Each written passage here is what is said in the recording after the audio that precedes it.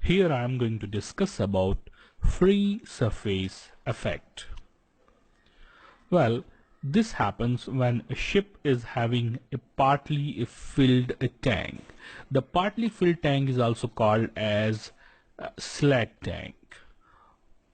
Well, this free surface effect has adverse effect on ship stability. Basically, it is a transverse statical stability which gets affected. And we are going to study how it affects the transverse statical stability if a ship is having a partly filled tank or slack tank. Now let us consider this vessel, and this is the forward part and this one is the aft part, and we are looking the ship in transverse direction. Well, we look the ship from aft and this is the transverse area. Well, it can be represented like this, that this is the starboard side and this is the port side. Okay, well, let me amplify this, and suppose this is a tank and this tank is slack tank, which simply mean that the tank is partly filled. Well, we know the definition of center of gravity. That center of gravity is a point where the total weight of the ship, this is the W, acts vertically downward like this. Now, suppose this is the water line where the ship is floating in water. So this is underwater volume, this one, and I can do the marking here. This one is underwater volume. The geometrical center of underwater volume is a center of buoyancy, and a force of buoyancy acts vertically upward.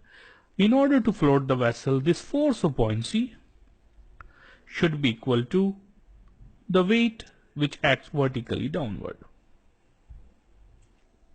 Now, if the ship rolls, what will happen? As the ship rolls, the liquid inside the tank also moves towards lower side because liquid is free to move.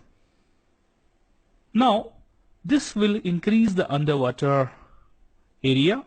Now this underwater volume is also increased, underwater volume, or you can say underwater area also.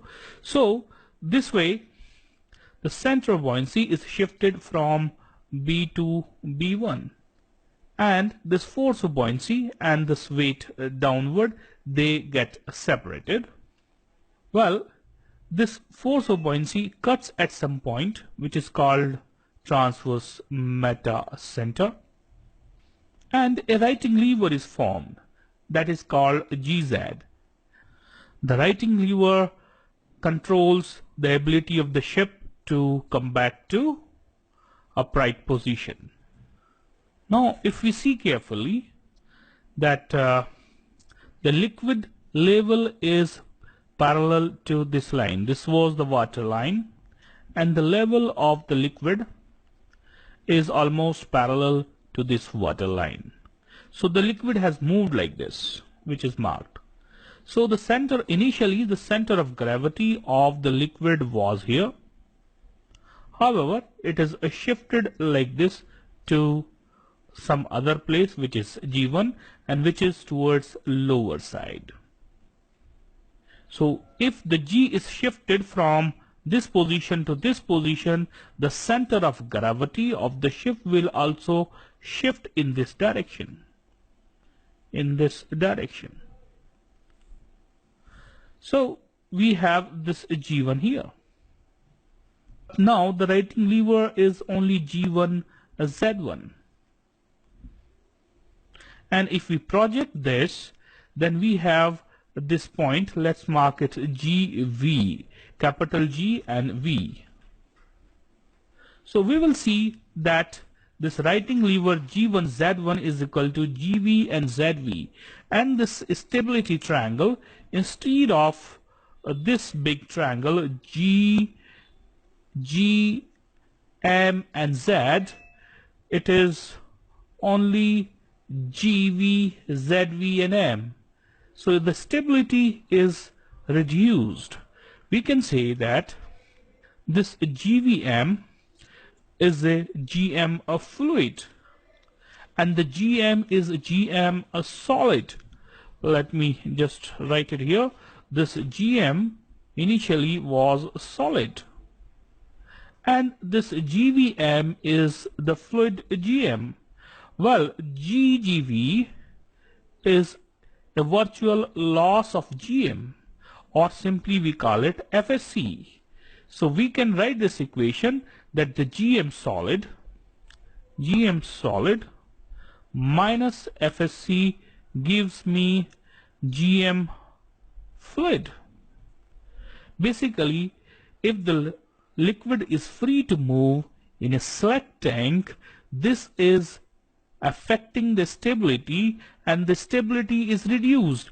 This is causing a virtual loss of GM, and that's why this is called free surface effect.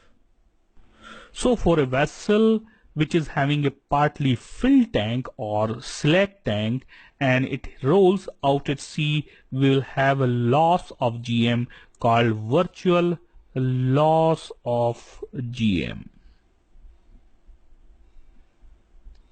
or other name is FSC, free surface correction, which needs to be subtracted from GM solid metacentric height solid minus virtual loss of FSC gives me GM fluid.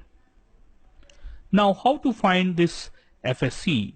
Well, this FSC can be obtained by this free surface moment divided by displacement. And this free surface moment, the unit of free surface moment is ton meter, and the unit of displacement is ton. Well, it get cancelled. So the unit of free surface correction is meter. We also know that the unit of GM is also meter or centimeter sometime. So the unit of FSC is also meter. The free surface moment is calculated by this formula, I into DI, where I is the second moment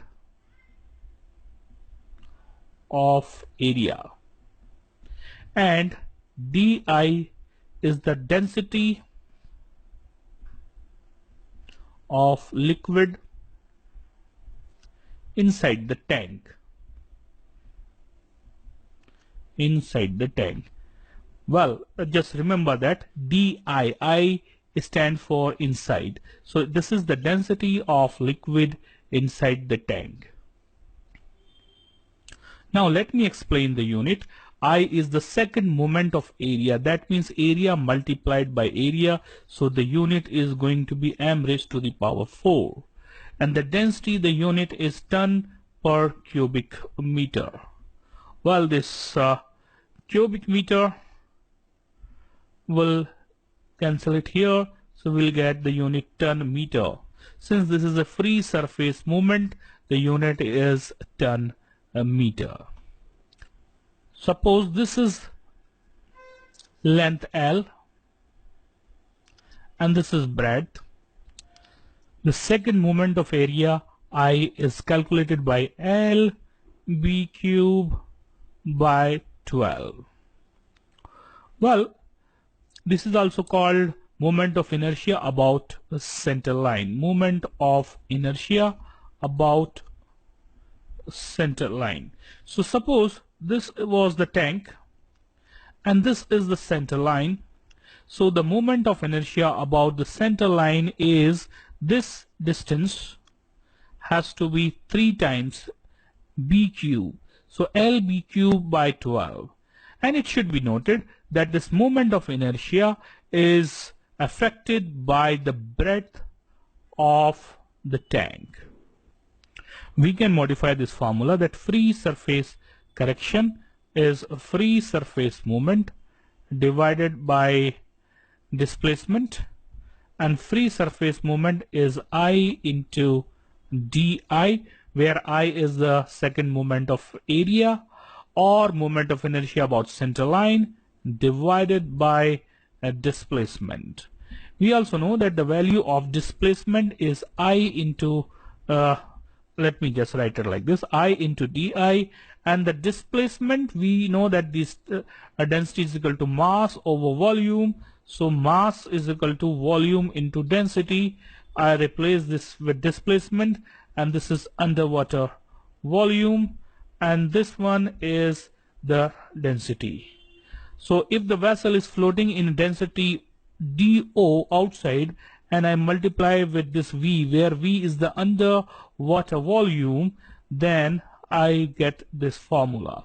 Here, let me just put it this way, that this one is the underwater volume, and this one is the density of water outside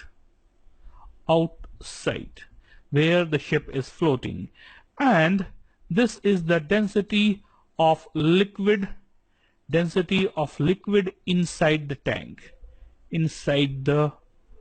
tank,